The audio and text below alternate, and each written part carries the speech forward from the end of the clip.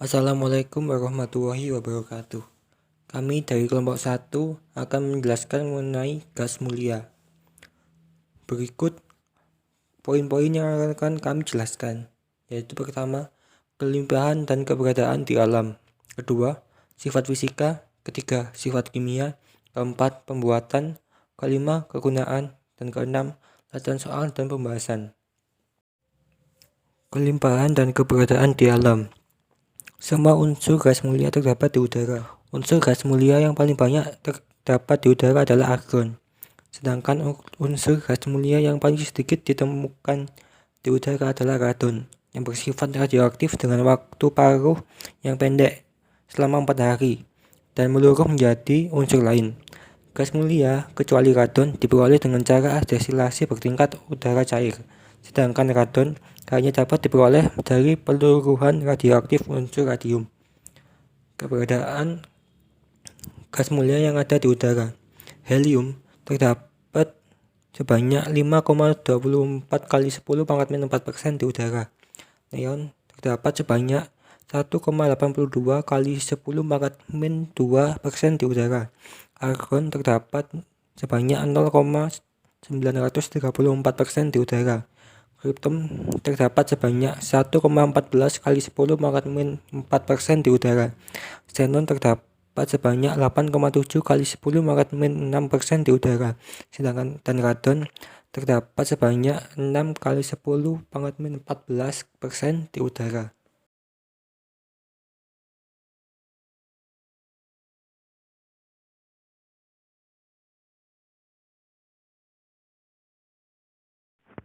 Sifat fisika dari gas mulia. Sifat-sifatnya itu memiliki unsur-unsur gas mulia yang memiliki titik leleh dan titik didih yang sangat rendah. Titik didihnya hanya beberapa derajat Celcius di atas titik lelehnya. Titik leleh dan titik didih dari helium ke radon. Bertambahnya sebagaimana kekuatan gaya London atau gaya dispersi bertambah seiring dengan bertambahnya massa atom dan jari-jari atom. Densitas atau kerapatan gas mulia juga cenderung bertambah dari helium ke radon. Densitas gas dipengaruhi oleh massa atom, jari-jari atom, dan gaya London. Densitas gas akan bertambah dengan bertambahnya massa atom dan kekuatan gaya London, namun akan berkurang dengan bertambahnya jari-jari atom. Namun demikian, pengaruh massa atom dan gaya London lebih signifikan dibanding pengaruh jari-jari atom. Dalam hal ini, sehingga densitas bertambah dari helium ke radon. Dapat dilihat dari tabelnya bahwa sifat dari helium ke radon semakin naik, dan di sana juga dapat dilihat dari nomor atom, massa molar jari-jari atom, energi ionisasi, titik leleh, titik didih, dan densitas semua naik dari helium ke radon. Terkait dengan sifat kimia dari gas mulia, selama bertahun-tahun para kimiawan percaya dan meyakini bahwa gas mulia tidak dapat bereaksi karena unsur-unsurnya yang sangat stabil. Tetapi pada tahun 1963, seorang kimiawan asal Inggris bernama Neil Bartlett berhasil mereaksikan Xe dengan PTF6 yang menghasilkan XePTF6 yang stabil berupa kristal merah. Beberapa bulan setelahnya, penemu lain berhasil mereaksikan Xe dengan F2 yang menghasilkan 3 zat, yaitu XeF2, XeF4, dan XeF6.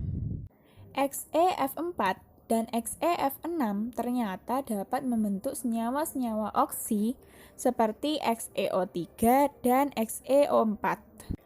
Bentuk molekul dari senyawa-senyawa ini pun beragam, seperti XeF2 yang bentuk molekulnya linier, XeF6 yang bentuk molekulnya oktahedral terdistorsi, XeO3 yang bentuk molekulnya piramida segitiga, dan XeO4 yang bentuk molekulnya tetrahedral. Setelah penemuan-penemuan tadi, penemu-penemu lain juga berhasil mereaksikan gas mulia, seperti gas mulia krypton yang berhasil mendapatkan senyawa KrF2 dan HArF dari gas mulia argon. Dari He ke Rn, energi ionisasinya semakin kecil. Artinya semakin besar nomor atom gas mulia, maka jari-jari atomnya semakin besar pula dan kereaktifannya semakin bertambah besar. Jika jari-jari atom bertambah besar, maka gaya tarik inti atom terhadap elektron terluar makin lemah sehingga elektron lebih mudah tertarik ke zat lain. Hal tersebut terbukti karena sampai saat ini belum ada senyawa dari gas mulia helium, neon, dan argon. Senyawa gas mulia yang berhasil dibuat adalah dari senyawa xenon, krypton, dan radon. Karena memang helium, neon, dan argon sangat stabil, sedangkan xenon, krypton, dan radon lebih reaktif. Di dalam gas mulia, senyawa xenon merupakan senyawa yang paling banyak dibuat. Pembuatan gas mulia. Dari data yang saya temukan ada 3 macam pembuatan gas mulia. Yang pertama, ekstraksi He dari gas alam. Untuk mengekstraksi He dari gas alam dipakai proses pengembunan. Pada fase awal, CO2 dan uap air dipisahkan terlebih dahulu.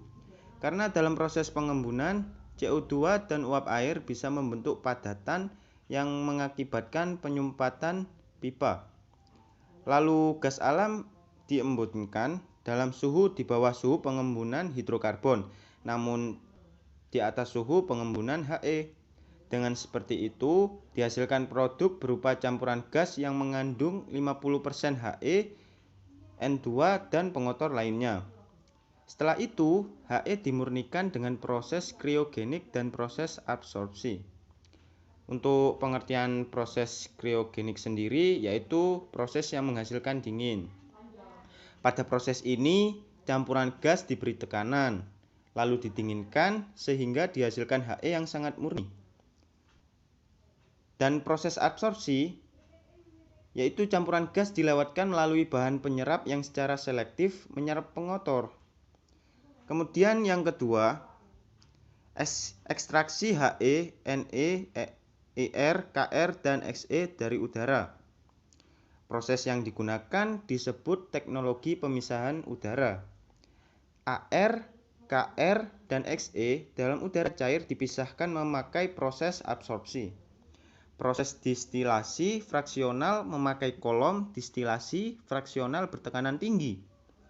Langkah-langkah pemisahan yaitu perbedaan titik di zat. Kemudian yang terakhir yaitu yang ketiga, ekstraksi Rn dari peluruhan radioaktif. Radon didapat dari peluruhan panjang unsur radioaktif U-238 dan peluruhan langsung Ra-226. Rn memiliki sifat radioaktif dan memiliki waktu paro yang pendek, yaitu sekitar 3,8 hari, sehingga cepat meluruh menjadi unsur lainnya. Radon belum dibuat secara komersial. Penggunaan gas mulia. Unsur yang pertama yaitu helium. Helium digunakan sebagai gas pengisi balon udara menggantikan gas hidrogen karena selain ringan juga bersifat inert. Helium juga digunakan sebagai pendingin kayu logam pada alat scanner tubuh atau MRI dan juga pendingin dalam penelitian kriogenik dan superkonduktor sebagaimana titik didihnya yang sangat rendah. Helium juga digunakan sebagai pelarut gas oksigen dalam tabung oksigen penyelam ataupun tabung oksigen rumah sakit. Unsur yang kedua yaitu neon. Neon biasanya digunakan sebagai bahan lampu reklame. Unsur yang ketiga yaitu argon. Argon digunakan sebagai gas pengisi dalam beberapa jenis bola lampu karena sifatnya yang tidak reaktif sehingga filamen wolfram tidak mudah putus. Argon juga digunakan sebagai atmosfer inert pada pengelasan, sintesis kristal tunggal silikon atau germanium dalam industri semikonduktor dan eksperimen dalam glove box di laboratorium. Unsur yang keempat yaitu krypton. Krypton banyak digunakan pada lampu landasan pesawat dan lampu fotografi berkecepatan tinggi. Yang kelima yaitu xenon. Xenon biasanya digunakan sebagai lampu blitz fotografi dan beberapa jenis lampu mobil. Xenon juga digunakan sebagai obat bius anestetik, namun penggunaannya sangat terbatas hubungan dengan harganya yang sangat mahal. Unsur yang terakhir yaitu radon. Radon digunakan sebagai radioterapi kanker atau terapi radiasi sebagaimana sifatnya yang radioaktif. Radon juga digunakan sebagai indikator keberadaan mineral radioaktif seperti biji uranium dalam tanah, bebatuan, ataupun bahan bangunan. Selanjutnya, latihan soal dan pembahasan. Yang pertama, gas mulia yang memiliki titik didih terendah adalah A. Helium, B. Neon, C. Argon, D. Krypton, E. Radon. Jawabannya adalah A. Helium. Pembahasannya, semakin kuatnya gaya van der Waals dari helium ke radon menyebabkan titik didih dan titik lebur gas mulia dari atas ke bawah dalam satu golongan semakin tinggi, sehingga titik didih terendah dimiliki oleh helium. Soal yang kedua, unsur-unsur gas mulia yang mempunyai kecenderungan sifat sangat stabil atau sukar bereaksi. Hal ini disebabkan A. Gas mulia terletak pada golongan 8A. B. Semua unsurnya mempunyai elektron valensi 8. C. Gas mulia mempunyai harga energi ionisasi paling tinggi. D. Dalam temperatur kamar berwujud gas sehingga sulit bereaksi. E. Gas mulia mempunyai struktur monoatomik. Jawabannya C. Gas mulia adalah unsur-unsur golongan 8A dalam tabel periodik. Gas mulia terdiri dari helium, neon, argon, krypton, xenon, serta radon. Disebut mulia karena unsur-unsur ini sangat stabil. Menurut Lewis, kestabilan gas mulia tersebut disebabkan konfigurasi elektronnya yang terisi penuh, yaitu konfigurasi oktet duplet untuk helium. Kestabilan gas mulia dicerminkan oleh energi ionisasi yang sangat besar dan afinitas elektronnya sangat rendah. Soal yang ketiga, gas mulia yang dapat disintesis membentuk senyawa dengan unsur lain adalah A. Xenon dan krypton, B. Krypton dan argon, C. Helium dan krypton, D. Xenon dan argon, E. Helium dan argon. Jawabannya yaitu A. Xenon dan krypton. Helium, argon, dan neon tidak dapat membentuk senyawa. Krypton dan xenon dapat membentuk senyawa. Krypton dan xenon dapat bereaksi membentuk senyawa KrF2 dan KrF6, sedangkan xenon dapat membentuk senyawa XeF2 dan XeF6. Soal keempat, unsur gas mulia yang dapat digunakan untuk campuran gas penyelam adalah A. Radon, B. Xenon, C. Krypton, D. Argon, E. Helium. Jawabannya yaitu E. Udara yang dipakai oleh penyelam adalah campuran 80% helium dan 20% oksigen. Helium digunakan untuk menggantikan nitrogen karena jika penyelam berada pada tekanan yang tinggi di bawah laut, maka kemungkinan besar nitrogen larut dalam darah. Dalam jumlah sedikit saja nitrogen larut dalam darah, maka akan terjadi halusinasi yang disebut narkos nitrogen. Akibat halusinasi ini, penyelam mengalami seperti terkena narkoba sehingga membahayakan penyelam. Selain itu, ketika nitrogen banyak larut dalam darah dan penyelam kembali ke keadaan normal, maka timbul gelembung gas nitrogen dalam darah yang menimbulkan rasa nyeri yang hebat karena nitrogen melewati pembuluh-pembuluh darah, bahkan dapat mengakibatkan kematian. Inilah yang disebut benos. Soal yang kelima, unsur krypton mempunyai nomor atom 36 dan berada pada blok P. Berikut ini konfigurasi elektron dari unsur krypton yang benar adalah A. 1S2, 2S2, 2P6, 3S2, 3P6, 3D10, 4S2, 4P5. B. 1S2, 2S2, 2P6, 3S2, 3P6, 3D10, 4S2, 4P6. C.